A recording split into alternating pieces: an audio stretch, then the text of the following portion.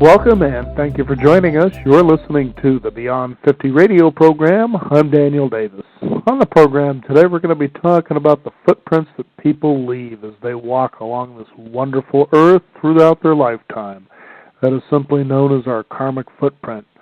Joining us here on the Beyond 50 radio program today, we're going to be talking with a wonderful event organizer that if any of you happen to be in the state of Oregon, and you're on the Oregon coast, usually in the beginning of August, you'll be able to enjoy one of the Pathways of Transformation Holistic Health and Psychic and Crafts Fair that gets held out there every year.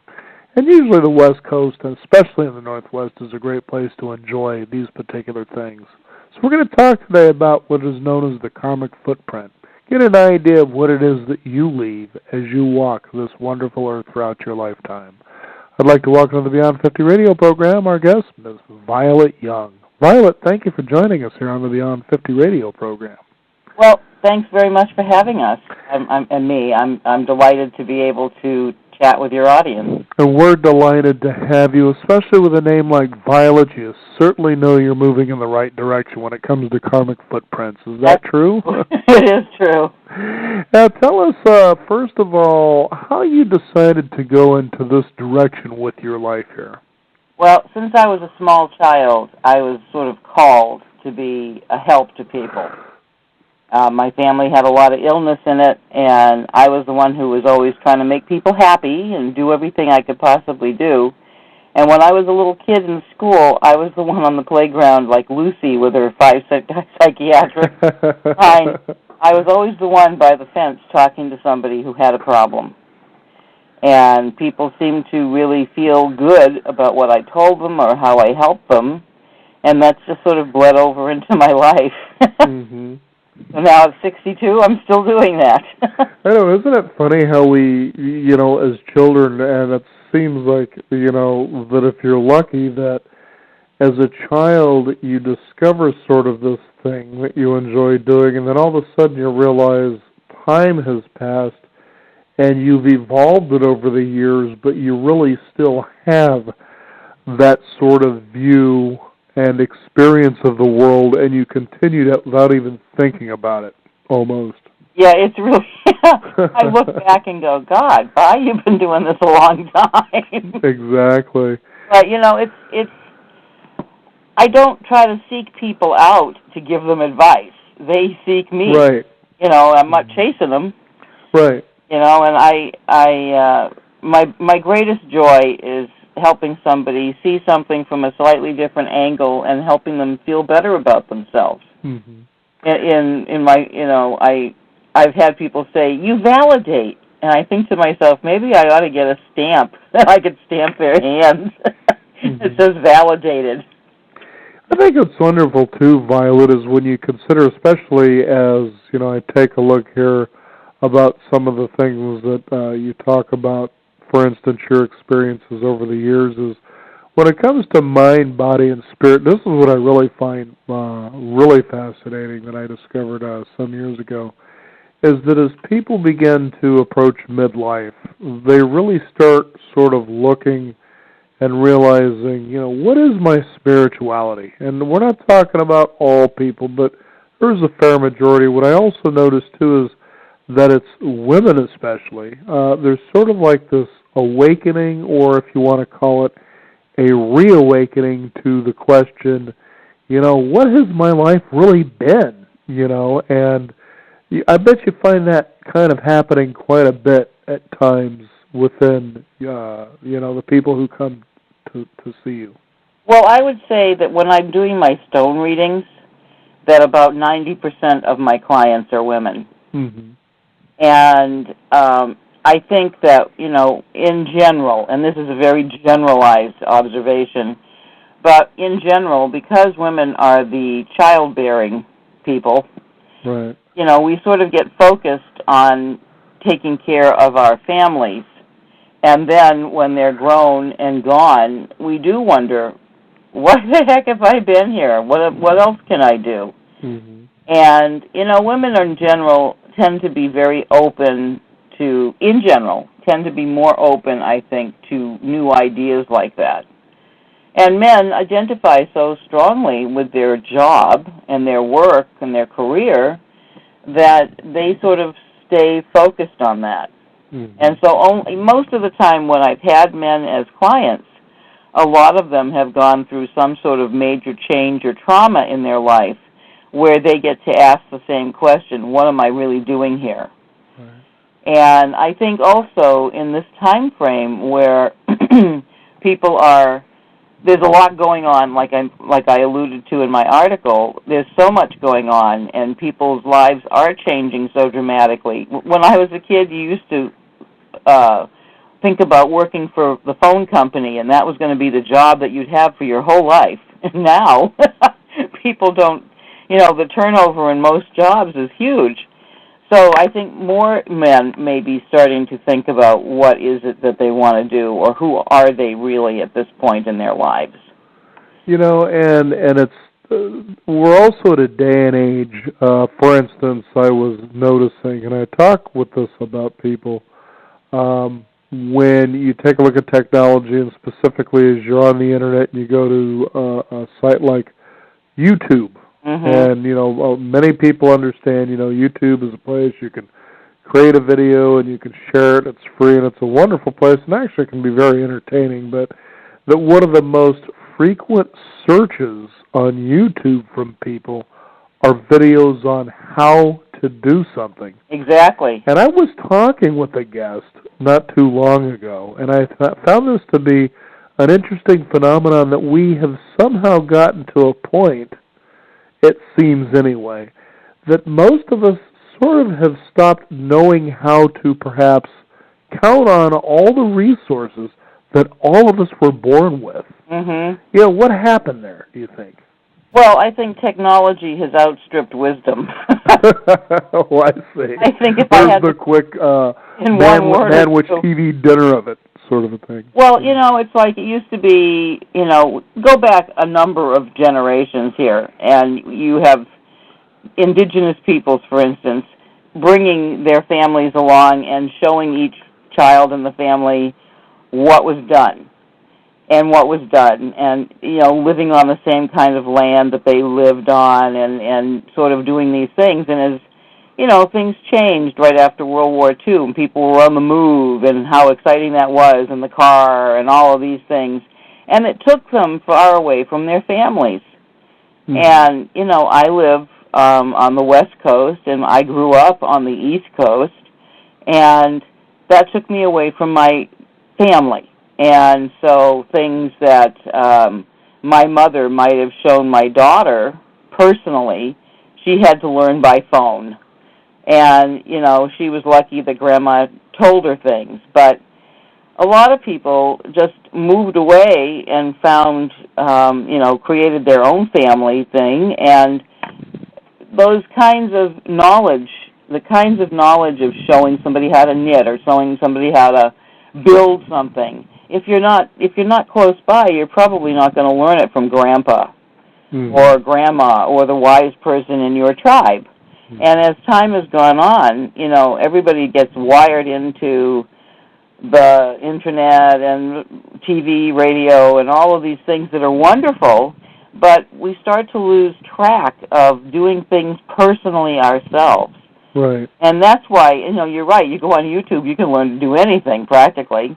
And it's because people are starving for that knowledge that they would have maybe gotten at their family or their tribe's knee, so to speak. Mm-hmm. I had one of the most interesting things said to me by my son, who will be 22 this year, actually. And we were talking about the internet searches, and it was just really, I thought, really neat to hear what he had to say. He says, you can go on the internet and you can begin a search, and you can find yourself wasting incredible amounts of time, finding almost next to nothing. Especially, he says, what was discouraging for him, and it was really, to me, neat to hear a 22-year-old boy of a day and an age where people want to stay addicted to sitting on the internet. He says, I just want to look for something specific. I want to get the kind of answer that I'm looking for. And he says it becomes really frustrating because you find yourself on this path never feeling like you're getting there, at times. And I was kind of wondering, have you heard people say pretty much the same thing to you as well? Well, I've had the same exact experience. It is nice to hear somebody much younger having that and being conscious of it. Right, and that's the thing. And sensing frustration in their voice as they tell you about it versus they just want to be in a place where they can be disconnected, just searching. They're not really finding anything and even forgot about what it was they were looking for, but they just love the fact that they're tuned in and tuned out of the world, so to speak. Right. Well, now they're talking about how lonely people are. Right. Because, in a lot of ways, people are losing the ability to communicate one-on-one in real time with real people because the virtual thing is so virtually everywhere. It's, I don't know. I will probably never be famous for what I suggest to people or offer for advice, but I talk with people one-on-one, and that to me is really important, that personal connection. And I'm not saying that you can't have a personal connection on the Internet or by letter. I mean, look how many people got married over the course of the time just sending letters back and forth. Right. And at first I thought, wow, email, people are going to be communicating better. But so much of it, you're really not, so much of it is rote and not personal. So much of it is being on the computer and not in the world that you're in. I mean, I'm watching people text and talk. Right. Walk into buildings. While they're having dinner sitting across from each other. Yes, And it's kind of scary, but I think that in the end, I think in the final thing, people are going to want that communication with somebody with whom they can actually hold their hand and actually give them a hug. And I think it's really good if you're communicating with your family long distance or your close friends, but I think that limiting yourself to only those kind of things, you're missing a bigger picture.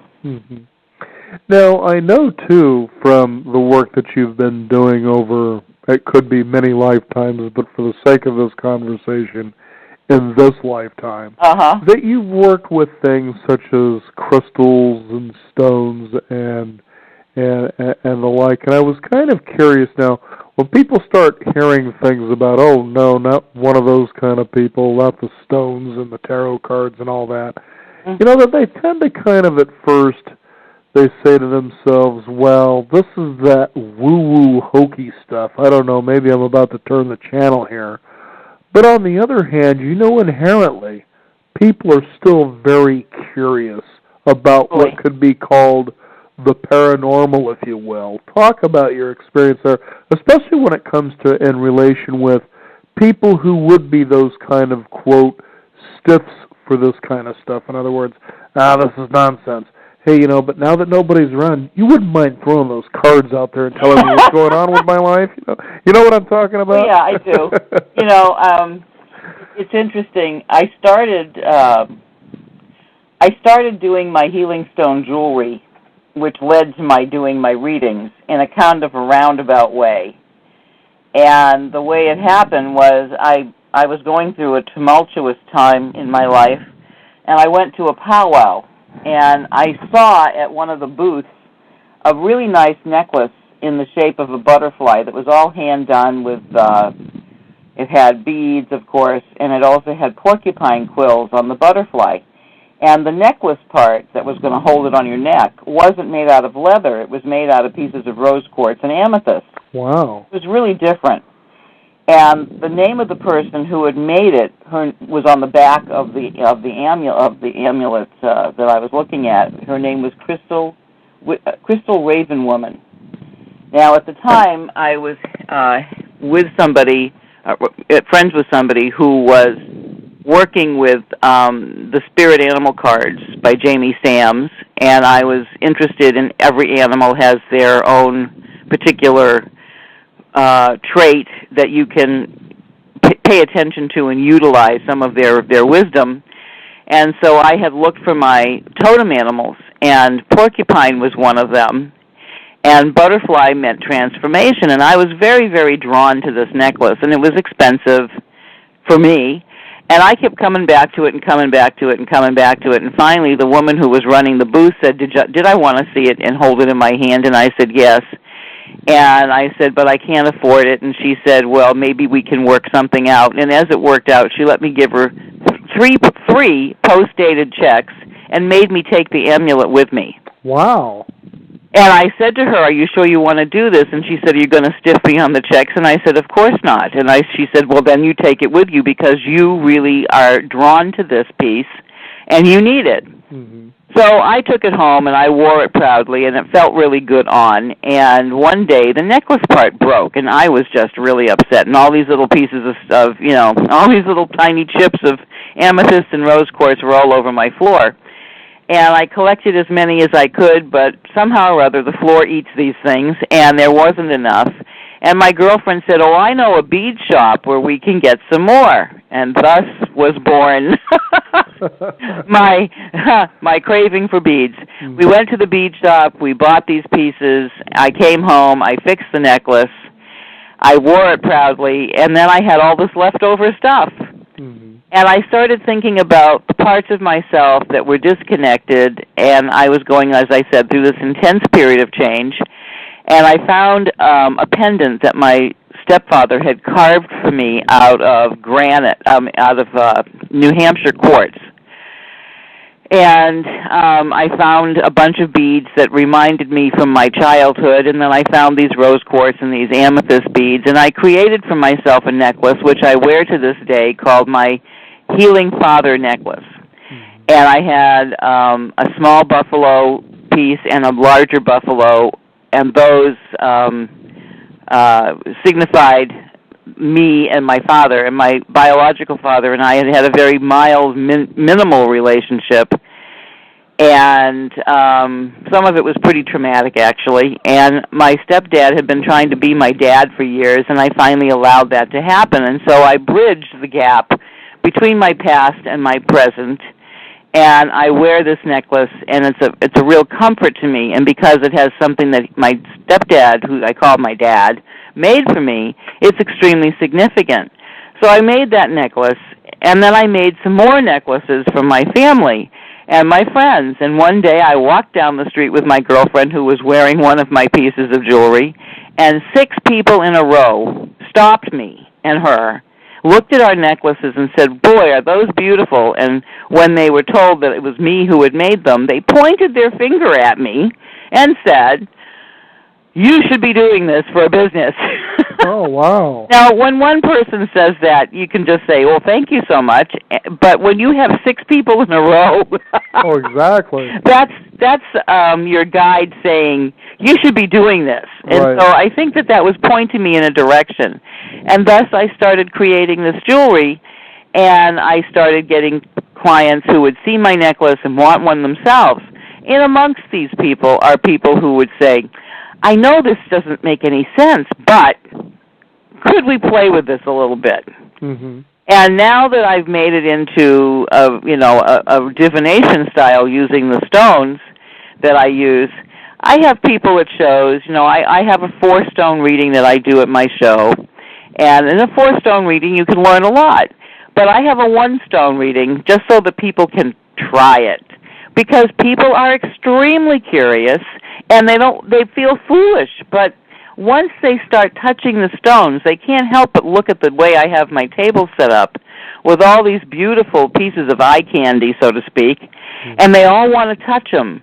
And then when they start knowing what each stone means, they start recognizing why they're connected to it. Mm-hmm. And one of the most commonly asked questions I have is, when somebody recognizes what I'm doing and understands it, then they say, well, I'm always drawn to malachite jewelry, or I always end up with a whole lot of turquoise jewelry. And I read to them from one of the books that I use about that particular stone, and the look on their face is like, oh, wow. And then they start talking about how that's exactly what they need, and now I'm telling them that the stone is trying to talk to them. But in our day and age, where there's so much interference between the quiet voices of nature and the voices of technology, people really have to stop and listen. Mm-hmm. And so for them, I have a lot of people who sit down and wonder, oh, is this foolish? Is this just baloney? And I have a lot of people when I do readings who have never had a reading of any kind. Like you'd think, oh well, they've had a tarot card reading or they've been to a psychic or something. But no, I'm the first one that they've ever done. Right. And I think it's because I give them something tangible that they can hold on to. And they make this connection because every stone has its own story. And every piece has its own energy. And if you just quiet yourself long enough, you can actually feel it. So it is interesting. I have a lot of people who walk by and go, what is that? Mm-hmm. And they're kind of skeptical at first, but after they start to tune in, they recognize that they're getting something from it. Right. Violet, it's interesting, too, that you bring up the ideal that, as you said, you and your friend were walking, and the next thing you know, 6 people more or less simultaneously say, you should be doing this, okay? And a lot of times, especially in a day and age of technology, and especially as many of us have perhaps been raised to follow the traditional path of, get educated, get a career, make a family, settle down, then retire. And if you're lucky, you're going to have some really good experiences. Then by the time you retire, you'll have enough money to go and enjoy the good life. Right. And of course, a lot of us now are realizing that's a nonsense path to be following, and it's sad that even as you listen to the political campaign debates and the information that they feed, that it's the same ridiculous story. For Americans to get that home and for Americans to chase the American dream, which is acquiring homes and all this other nonsense, and it's like, when does anybody ever decide to have the audacity of hope, if you will, and not meaning to quote now President Barack Obama, but the audacity of the hope of just pursuing what the real American dream is, and that is the individual's pursuit of happiness. There certainly is a difference between that and the ideal of what the American dream is, as parroted by political pundits. Exactly. Mm-hmm. My goal is to have the good life every minute of my life. Right. Here's a concept for you. Enjoy where you are. Sometimes where you are is kind of full of prickles, and you're in the patch of quicksand for a little bit. Sometimes where you are is in the place of bliss and glory. And, you're wise to enjoy both places, at least be aware of both places. And, the only moment we really have is the now. Mm-hmm. And most people spend their life worried about the future or wishing that the past could come back. And, we spend a lot of our time wasting our time because in the moment that we're in, we're not there. We're somewhere else.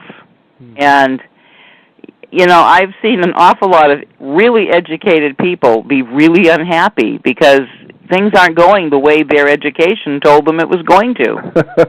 Instead of just being in the moment and seeing where you are in the beauty that you've got. Mm-hmm.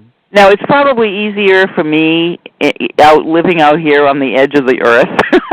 I'm 2 blocks from the Pacific Ocean in a beautiful little village called Yachats. And there's a lot of people in this town. It's really funny. You say, oh, what did you used to do? And they say, oh, I was, and they'll give off, 42 different things that they've done with with college degrees up the wazoo. And what are they doing? They're checking at the grocery store because they can get a job to live here. Right. It doesn't. You can be a college professor, but it's not going to matter if you're in yachts. If you're in Yachats, you can be one of the more educated people folding laundry. Exactly. Enjoying the Pacific Ocean and probably finding more bliss than you could have ever imagined. Well, that's it. You know, I came here and I live in this little town where people really do care about each other, where I'm a member of the Yachats Ladies Club with 85-year-old club, and what's our goal is to have a good time while raising money for other people. Right, exactly. Now, you were talking earlier about, you know, as you display these stones and the healing stones, if you will, and how people, and it doesn't matter who you are, they always get drawn to this just like kids in a candy store. Uh-huh. And they become astounded when they're drawn to a specific stone or perhaps even stones as to, you know, well, what does this stone mean? And they realize how symbolically and even energetically and spiritually this stone connects with them. Exactly. Now, people, you know, they hear about these as healing stones, but you know that sometimes you're met with probably some skepticism. What do you think that is? Fear. I think it's fear, because it goes, sometimes these ideas go against what everybody was taught or how they were taught. But you can't get more basic than rocks, honey. I mean, the planet is made out of what? Right. Rock. And, you know, a lot of the planet is made out of quartz. And so, you know, if people say to me, what are a few stones that would, you know, if you just could only pick a few, what would you pick? And I start with quartz. I mean, you know, you have a computer, right? Guess what's in there? Quartz. Right. You know, and when you hear about quartz movements and watches, what is that? It's quartz. And what's quartz? It's a rock. Right. Hello. You know, there's a lot of it's entertaining to see how far people have gone away from their roots. And one of my goals when I work with people on the stones is to help them get back to their roots. And their roots are in the earth. And their roots are, of course, connected to the Creator. And so, you know, the stones and the crystals, these things really have a tangible feel. And when a person sits down to do a reading with me, I ask them to sit up straight, put their feet on the floor, breathe, because most people don't breathe as much as they should. We're holding our breath a lot. And I ask them to breathe deeply and think about some issue, concern, or question that they have, and put their hands in the bag, which I, of course, have shown them minimally. I've shown them what's in the bag. I don't want people to be afraid to put their hand in the bag. They're not going to get bitten or anything, you know. They put their hand in the bag, and then they just can feel around in there. There's like 50 different pieces inside, and they can feel around and see which pieces they're attracted to. And it amazes me when people pick these things and they put them on the table, and I ask them then what issue, concern, or question they had in their mind while they were picking their stones. And they put them down on the table, and I start to read to them from the book that I use. And as I read, the certain paragraphs illuminate to me. I see certain paragraphs light up, kind of, that those are the ones I'm supposed to read. And then my guides and angels help me deliver information to them. And as I'm talking, I'm watching my client, their mouth will be hanging open, or their tears will start, or there'll be that laugh of recognition. And they all just sit there, and they're in amazement as how accurate these stones are with certain things, even the way the book writes it. I had a friend I did a reading for once a long time ago, and I'd known the guy quite a while, and he did this, he made his pull, and one of the stones he picked, one of the health benefits of it was it helped with vertigo.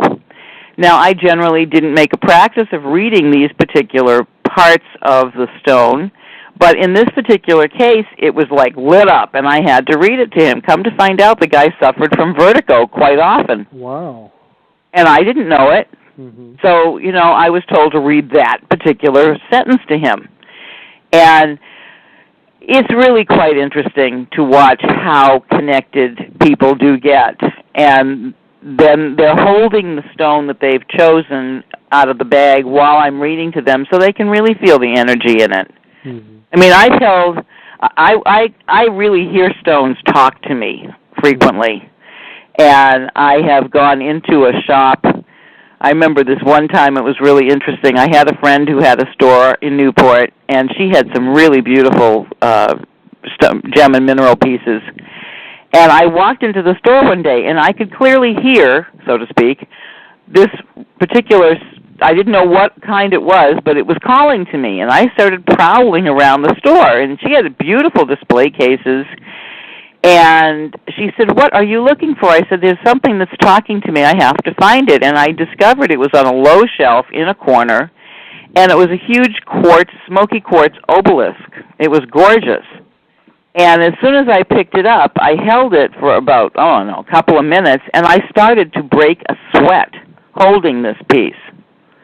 I mean, I started literally, sweat was popping out on my forehead just from holding it. And my best friend was with me, and she took it, and she fell in love with that piece of quartz, and now she owns it.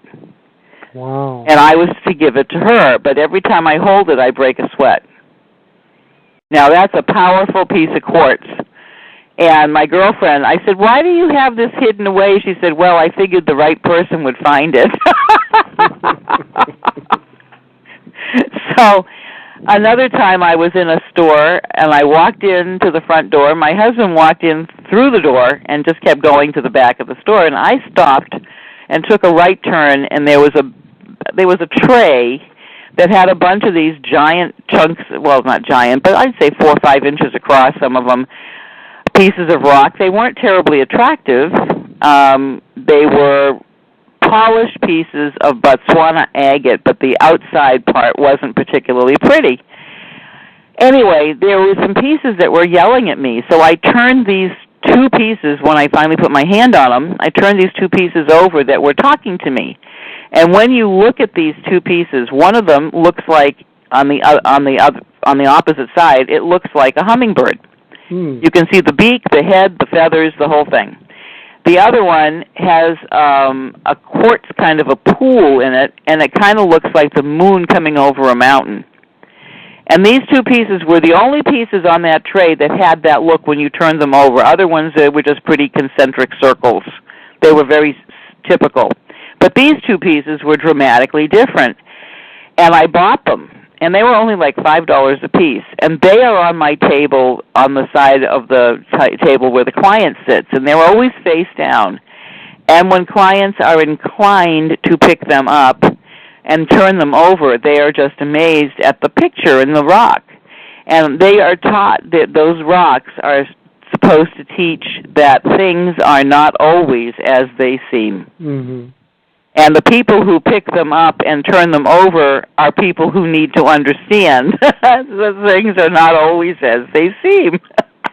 You know, and when you think about this day and age, Violet, especially with what seems to be a tremendous amount of adversity and mistrust in the world, you know, you have these Occupy movements that are going on even still.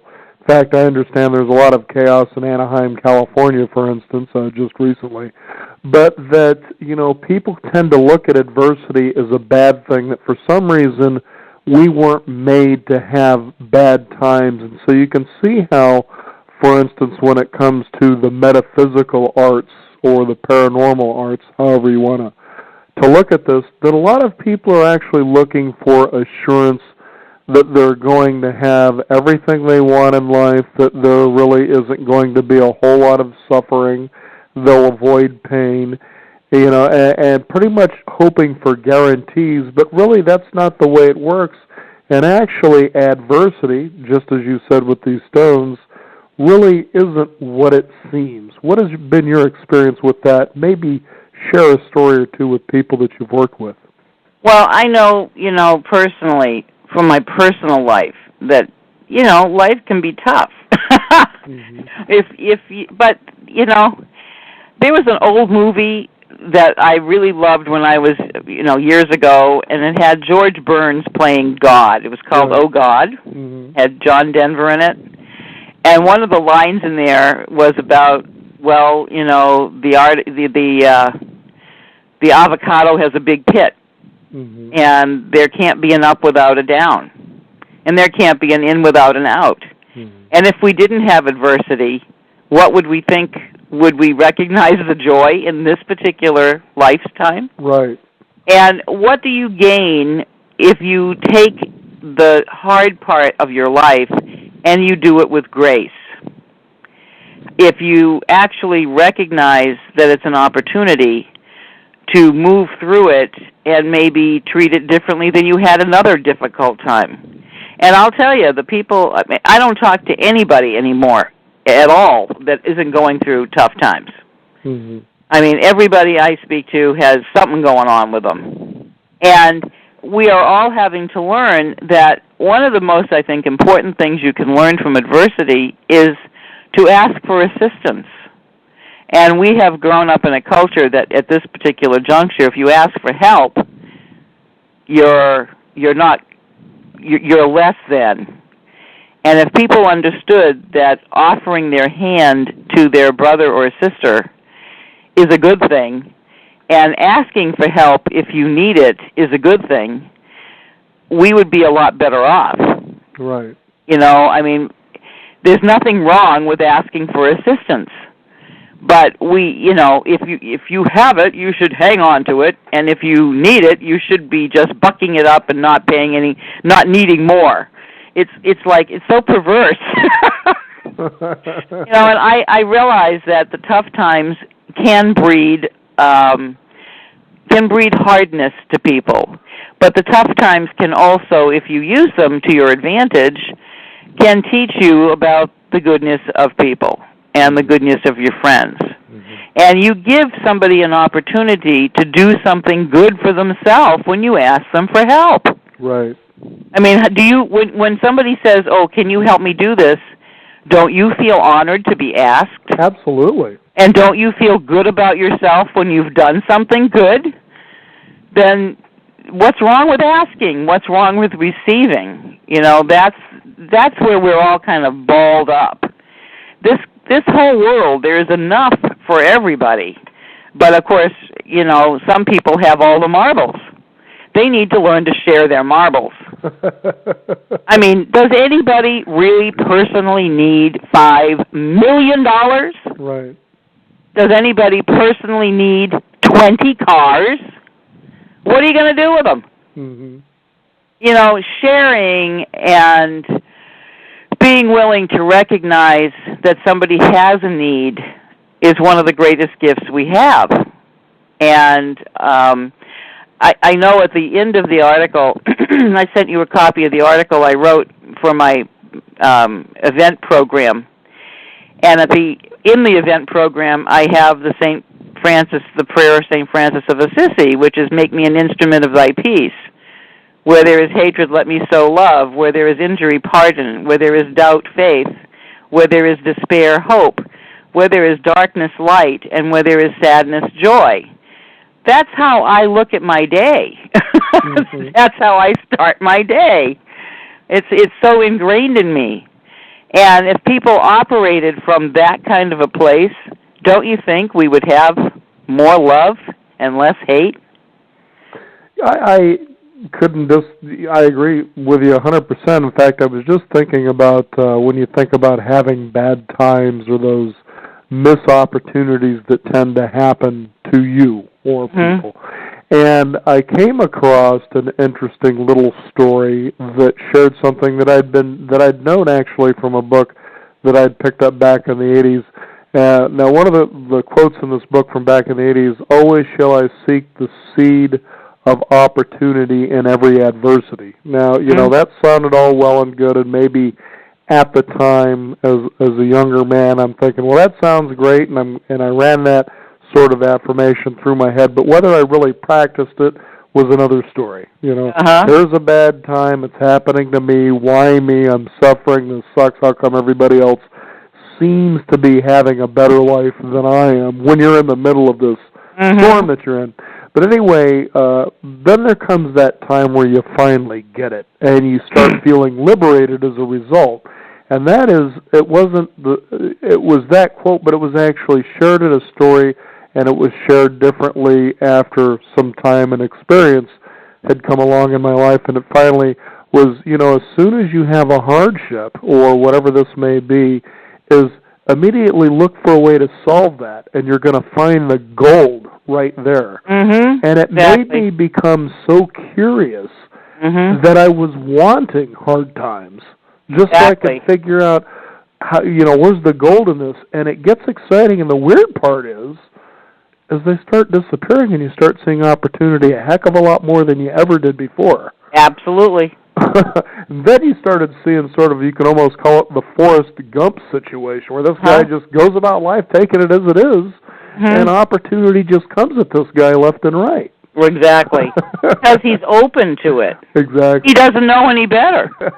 He expects the best. He expects something to be, you never know what you're going to get. You just have whatever it is, and you're going to make lemonade out of it. And, it's easy. It sounds, people listening may say, oh, well, that sounds all well and good, and how hard has life been? Well, my father tried to kill me when I was a kid twice. Wow. And that could have ruined my whole life, but it didn't.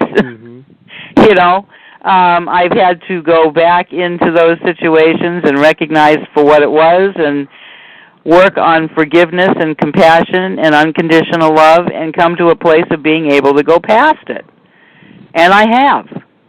And I've had adversity. I've been really, really broke, really broke, where I didn't have 2 nickels to rub together. And have had some money. Did the money make me happier? No. Sure, it could buy you things. And, oh, yeah, sure, some things were easier. But innately, if you're not happy, nothing that you get is going to make you happy. Getting something or buying something or, here's when I look at people's faces, I look at Mother Teresa. And I look at this woman's pictures, and I see, what do I see in a picture of Mother Teresa? I see somebody who's in bliss. She's really a happy person. She sees the adversity, but she is living from such a high place within herself. And what does she own? When she was alive, she owned a couple of pair of saris and maybe one pair of sandals and a Bible. And when you look in her eyes in photographs that you see bliss. You see divine something. There's something there. And, you look at people, that have a lot of money. Are they looking happy? A lot of them don't look happy. A lot of them look pretty wigged out because now they've got it. They have to protect it. Right. They have to get more because everybody's looking at them and they should be getting more. And like I said, does anybody really personally need $5 million? Right. Does anybody personally need 20 cars? I think there's plenty for everybody if we all woke up to the fact that, what do we really need? We need a sense of ourselves. We need a sense of connection to the divine. We need to be in touch so that we can hear these messages from our guides and our angels. And the more stuff that you have to maintain, the more money that you feel you have to chase, the less time you have to do that. Just a thought. Now, tell us, please, Violet, when you talk about a karmic footprint, what that exactly means.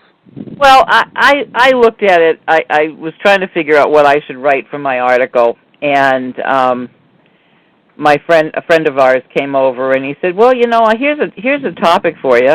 What's your karmic footprint? And I went, huh? And he said, well, everybody's talking about carbon footprints. How much of a impact are we having on the planet? What about our karmic footprint? What impression are we leaving? And I started to really play with that idea, and that's where that idea came from. Because we walk along our path, and we don't necessarily know the destruction that we sow just with our energy, because people aren't aware of their aura. Everybody's got a body, but beyond the body are energy levels that emanate from each one of us. And they overlap. There's no way for them not to overlap. Look how many people there are on the planet. We're bumping into each other all the time. And what energy are we bumping into someone else with? Okay? Mm-hmm. It's easy to walk into a room full of happy people and instantly you feel happy. You go to some place and everybody's having a good time, and you sort of take that on, and it becomes like, ooh, it's all happy. What happens when you walk into a room where people are unhappy? Right. Do you notice the difference of how it feels? That isn't just the body. That is the energy that each person is creating and then sending out there like little beams, like from a lighthouse. So making sure that when you're out there in the world and running into people, bumping into people, talking to people, being in their presence, it's sort of like making sure that what you're sending out is sweet instead of stinky.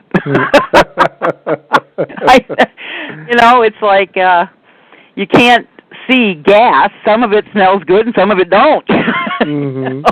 And it's sort of like making sure that when you go out in the world, you have a pleasant word to say to people. How hard is it to say to somebody, gee, what a pretty dress you're wearing, or what a nice tie, or thanks for holding the door for me, or holding the door for someone and letting them say thank you.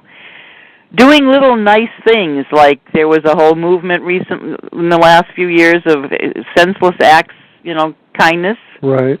Random acts of kindness. I practice that every day. I have no trouble walking up to somebody and saying, oh, how nice you look today, or what a pretty outfit, or, can I hold the door, or do you need something, or can I reach that for you? And I have no trouble saying to somebody, I'm short. Could you get that off the shelf for me? And that gives them a chance to help. This is how you create a positive karmic footprint. Mm-hmm. On the other hand, if you're pissed off about something and you are raging about it and you walk into a store, that energy is going to be dripping over everybody around you, whether you know it or not. And some people are way more sensitive to that than others. I'm very sensitive to that kind of energy. When I go into, big shopping areas, I try to, sort of contain myself so that I don't get bombarded by a lot of negativity, because people walk around and they're mm-hmm. And believe me, it's not real pleasant. Sometimes you run into people that are all smiley and friendly, and that makes you feel good. So you stay away from the ones that don't, or you make a concerted effort to help them feel better. And, I've walked into stores or banks or post offices, and I've seen somebody who looks like they're ready to cry. And I've actually walked up to people and said, do you need a hug? And I think about 8 out of 10 people respond in a positive way, because they're so taken aback that somebody actually noticed them not looking like they were happy. Sometimes I just tell a joke. Sometimes I just say, gee, you look like you're having a hard day. And then they'll start to talk, and they'll be talking to a complete stranger. I might as well be a bartender. There you go.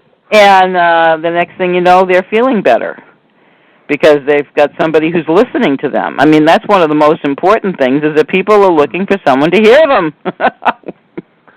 And this day and age, we can certainly use that as a nice dose of medicine, is the ability to be heard, because, as you had alluded to earlier in the program, we spend a lot of time this day and age in technology. We spend a lot of time this day and age on our cell phones, text messaging. Nobody really talks, and mostly people just don't seem to want to listen anymore. Do you think we just get shut down because of information overload?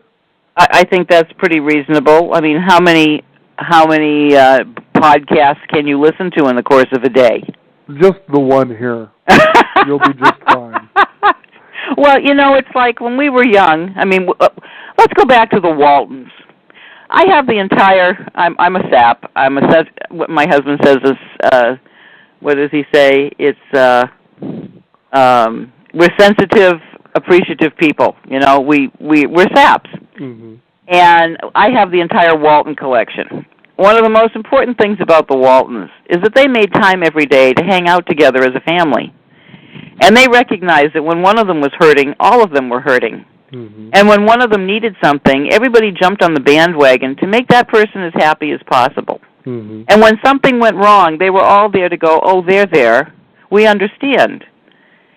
Now, of course, it's a TV show. These are just actors.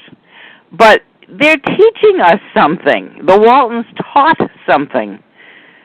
And this is what we're missing. We're missing, how much information were they getting? They would go down to Ike's store and they would get the mail, and sometimes there was only nothing. Or maybe there was one piece of mail. Or, they would listen to the radio and then they would turn it off, and that was how they got their information from their neighbors, and there just wasn't as much going on. They would go up to the mountain and they'd sit and they'd hear the wind talking to them. And Grandpa was really in tune with that land, so to speak. That was showing what life was like. Even although they were coming into the modern, they were still living with the ideas from the indigenous people. Mm-hmm. And in our lifetime, we're so bombarded. I mean, go to the mailbox every day. Seldom is the day I go to my mailbox and there isn't something in there. And every day there's at least one or two ads for something. We get more mail in the course of a day than most of our ancestors did in their whole life. Exactly. Mm-hmm. And so what are we going to do with all that? It's like I don't take a daily newspaper because I realized that I never had time enough to read them along with everything else I was doing. I used to take it, and then I'd throw it out. I wouldn't be reading it because I just ran out of day. If you sit at the computer like your son, you sit at the computer and you want to look for something, the next thing you're down some rabbit hole chasing God knows what. And while it might be interesting, it's not necessarily fulfilling. Mm-hmm. It's like eating your way through an entire bag of potato chips. Well, you just couldn't stop. But now that you've done it, do you feel better? Not necessarily. So I think we are completely overloaded by mail and everything, mail, noise, all this stuff. And we don't know what to do with all of it. And we're still hungry. We're still hungry because we're looking for connection. Mm-hmm. And, I think that when I work with the Stones and I work with people individually, one of the things that's the most important part for them is that they're getting a little understanding of how to connect again. They become disconnected. They need to plug into Source, not just plug in and put your headphones on. Exactly. Now, Violet Young, do you have a website people can find out more about this and how they can maybe find this article where the topic is How is Your Karmic Footprint? The website to read that article and to actually learn about the event that you were alluding to at the beginning of the show is chucklingcherubs.com. Okay. And you can go on that website and you will be you just click on the part that says know about pathways to transformation, and then that will take you to the opportunity to either look at an application, which is kind of a moot point because the show is full, but then it takes you to the event program. And you can just scroll down till you find the article. The event program is 8 pages long, and it has a list of all of our exhibitors and a list of our 22 seminars and some ads from some of our exhibitors, and then the article. There's an article in there about what you can find at the fair, and then there's the other article, which is the Karmic Footprint. And there's also some really cool poetry in there. Oh, very good. Well, Violet, thank you very much for joining us on the program. I think if anything our listeners can glean from this is no matter where you are, start learning to trust that inner voice and just go with it and see where it leads you. Yes, and if you're looking for ways to connect, and maybe for people who want to explore their spirituality but they're new at it, I could recommend a couple of books. One would be Conversations with God, the first book, and the Celestine Prophecy, which is kind of an old book now, but it certainly can give them some insights and some assistance into how to connect. Very good. And if they come to the Pathways to Transformation on August 4th and 5th in Yachats, you'll find over 75 exhibitors with whom to connect. And you could also run into me, and I can do a reading for you. There you go. Violet Young, thank you for joining us here on the Beyond 50 radio program. Thank you very much, Dan. You have a great day. You too. Bye-bye. We also encourage you, the listeners out there, when you're on your journey to finding out how to hear your inner voice, be sure to tap into our website at beyond50radio.com. That is the number 50. Be sure that you sign up for a free weekly e-newsletter. Lots of great information for you to enjoy and share with others as well.